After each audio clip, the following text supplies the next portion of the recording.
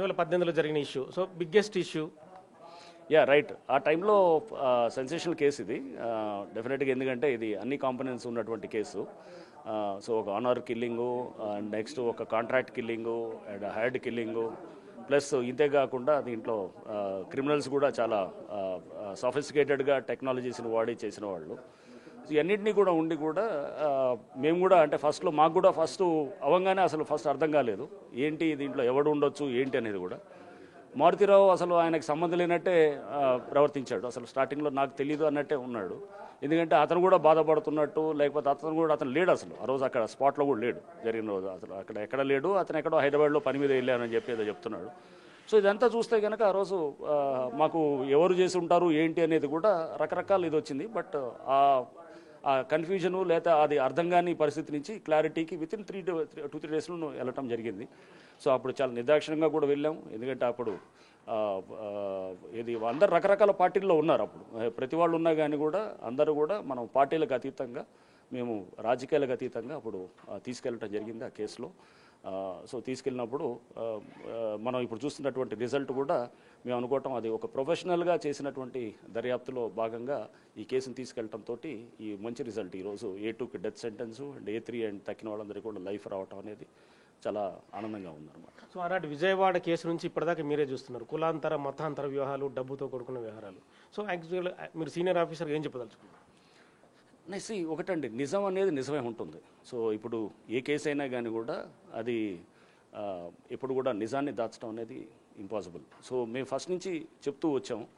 So అది అంటే Vijayawada case అంటే ఆయేషా కేసు, అది ఇప్పుడు CBI చేస్తున్నారు, దాని మీద I don't want to comment. But నిజం ఈజ్ ఎప్పుడు ట్రూత్ ఈజ్ ట్రూత్, నిజమే గెలవాలని అంటాం అనమాట. సో ఇప్పుడు ఈ కేసులో కూడా సో ఫస్ట్ నుంచి కూడా మేము చాలా స్పష్టంగా ఉండేవాళ్ళం. సో దీంట్లో కూడా అప్పుడు రకరకాల కామెంట్స్ చేసేవాళ్ళు. అంటే కొంత అరెస్టులు చేయడంలో 1-2 రోజులు డిలే అవుతుంటే కనుక పోలీసు మేనేజ్ చేయబడ్డారనో, లేకపోతే ఇట్లా అంటే లూజ్గా మాట్లాడే వాళ్ళు ఉంటారు. మనం ఐడెంటిటీ కూడా తీసుకెళ్ళకూడదు. ఎందుకంటే ఒక పెద్ద అసైన్మెంట్స్, టార్గెట్స్ తీసుకున్నప్పుడు మనం చాలా స్పష్టంగా వెళ్ళి మన క్లారిటీతో ఉండాలి. నిజం నిలకడ మీదే తెలుస్తుందని అంటారు కదా. ఇప్పుడు ఒక 5-5.5 ఏళ్ల తర్వాత ఇప్పుడు అందరికీ ఇప్పుడు మేము చేసినటువంటి దర్యాప్తు అనేది అది ఎంత స్ట్రాంగ్గా ఉందనేది. ఎందుకంటే దీంట్లో క్రాస్ ఎగ్జామినేషనే మన శ్రీనివాసు అప్పుడు DSPగా ఉండేవారు మిర్యాలగూడలో, వీళ్ళది క్రాస్ ఎగ్జామినేషన్ 7 రోజులు చేశారని చెప్తున్నారు. అంటే ఒక విట్నెస్ని అంటే 7 రోజులు కంటిన్యూస్గా క్రాస్ ఎగ్జామినేషన్. చాలామంది లాయర్స్ మేము ఇవన్నీ ముందే యాంటిసిపేట్ చేసాం. అంటే ఇవన్నీ ఎందుకంటే ఇంత స్ట్రాంగ్ ఉంటుంది, ఎందుకంటే వాళ్ళంతా కూడా చాలా స్ట్రాంగ్ బ్యాక్గ్రౌండ్ ఉన్నవాళ్ళు. సో వీళ్ళంతా ఈజీగా ఉండదు, వీళ్ళని శిక్షలు రావడం అనేది సామాన్యమైన విషయం కాదు అనేది ముందుగానే అనుకున్నాం. కాబట్టే మేము దీన్ని ముందుగా యాంటిసిపేట్ చేసాం. కాబట్టి డిఫెన్స్ అడ్వకేట్ ఏమడగవచ్చు, దాని క్రాస్ ఎగ్జామినేషన్ ఎటువంటివి వస్తాయి అన్నిటి మేమేమే చర్చించుకునేవాళ్ళం, మేమేమే క్వశ్చన్ చేస్తుండేవాళ్ళం. నేనే వేస్తుండేవాళ్ళం, లేకపోతే వాళ్ళు వేస్తుండేవాళ్ళు. ఇట్లా కూర్చొని ఈ క్వశ్చన్ వేస్తే ఏం వేస్తారు, ఈ క్వశ్చన్ వేస్తే ఏం చెప్తాం, ఇలాంటిది వస్తే ఏమవుతుంది అని అనుకున్నప్పుడు అది రాత్రుల దాకా అంటే లేట్ నైట్ దాకా కూడా డిస్కషన్స్ చేస్తూ ఈ కేసు నేను ఒక పేజ్ చదివి దాని మీద మాట్లాడుతుండేవాళ్ళం, లేదా ఒక సాక్ష్యాన్ని చూసి దాని మీద డిస్కస్ చేస్తుండేవాళ్ళం. అంటే మనల్ని మనం తర్కించుకోవటం, మనల్ని మనం డిబేట్ చేసుకోవటం, డిస్కస్ చేసుకోవడంలోంచి ఆ ఛార్జ్షీట్ చాలా ఫైనల్గా 1600 పేజీల ఛార్జ్షీట్. బహుశా నాకు తెలుసు 10 సార్లు ఆ డ్రాఫ్ట్ ఛార్జ్షీట్ కూడా మార్చుంటాం. మార్చి లేదు ఇది బాగాలేదు ఇంకోసారి మార్చండి అంటే వీళ్ళు అసలు మా ఆఫీస్ పక్కనే కూర్చొని వీళ్ళు కూడా ఒక క్యాంప్ లాగా పెట్టేసి మొత్తం టీం అంతా కూడా దాదాపు నెలల తరబడి అక్కడే ఉండి రోజు వచ్చేవాళ్ళు. ఏదో ఒక పని మీద 2 రోజులకు ఒకసారి వచ్చి అక్కడ గంటల కొద్దీ కూర్చొని తయారు చేస్తుండేవాళ్ళు. మారుతిరావు చనిపోకముందు ఇన్వెస్టిగేషన్లో ఏం చెప్పాడు, చనిపోయిన తర్వాత ఈ ఇష్యూలో సో వాళ్ళ తమ్ముడు శ్రవణ్ కూడా సో ఎంటైర్గా వాళ్ళ ఫ్యామిలీ ఇన్వాల్వ్మెంట్ కావడం ఎలా చూస్తారు? మారుతిరావు ఆయన చనిపోవడం చాలా బాధాకరమైన విషయం అండి. ఎందుకంటే ఆయనకి బిడ్డ అంటే అమితమైన ప్రేమ. ఆ ప్రేమలో నుంచి అతను ఈ హైర్డ్ కిల్లింగు, ఈ ఆనర్ కిల్లింగు, ఈ కాంట్రాక్ట్ కిల్లింగ్ అంతా కూడా రావడం జరిగింది. So that was a very sad moment. మాకు కూడా ఆయన చనిపోయినప్పుడు ఫీల్ అయ్యాము. బట్ ఓకే, మీరు బిడ్డని ప్రేమించవచ్చు కానీ వేరే బిడ్డని ప్రాణం తీయటం అనేది కరెక్ట్ కాదు. అండ్ సో అది మన పెంపకంలో ఏమన్నా మిస్టేక్స్ ఉంటే కనుక వేరే వాడిని దానికి బాధ్యుల్ని చేస్తూ చేయటం అనేది కూడా ఎంతవరకు సమంజసం అనేది కూడా మారుతిరావుతో నేను డిస్కస్ చేయడం కూడా జరిగింది. అంటే అసలు పెంపకము, పిల్లలు అంటే మేము కూడా చాలా ఇష్యూస్ అంటే ఒక కేసులో ఊరినే ప్లెయిన్గా ఏదో జస్ట్ సింపుల్గా మర్డర్ అనేటట్టు కాదు. అసలు టీనేజ్ సైకాలజీ ఎలా ఉంటుంది, ఒక ఆనర్ కిల్లింగ్ అంటే ఎలా ఉంటుంది, అండ్ పిల్లల పెంపకం ఇష్యూస్ ఎలా వస్తాయి, ఇవన్నీ కూడా మేము కూడా అర్థం చేసుకోవడానికి డెప్త్లో పోవడానికి ట్రై చేసినప్పుడు ఈ కేసు అంటే మాకు కూడా ఒక లెర్నింగ్ లెసన్ లాగా అనుకోవచ్చు. ఎందుకంటే ప్రతి కేసు కూడా మాకు ఒక ఇంపార్టెంట్ పాఠాలు నేర్పుతుంటుంది.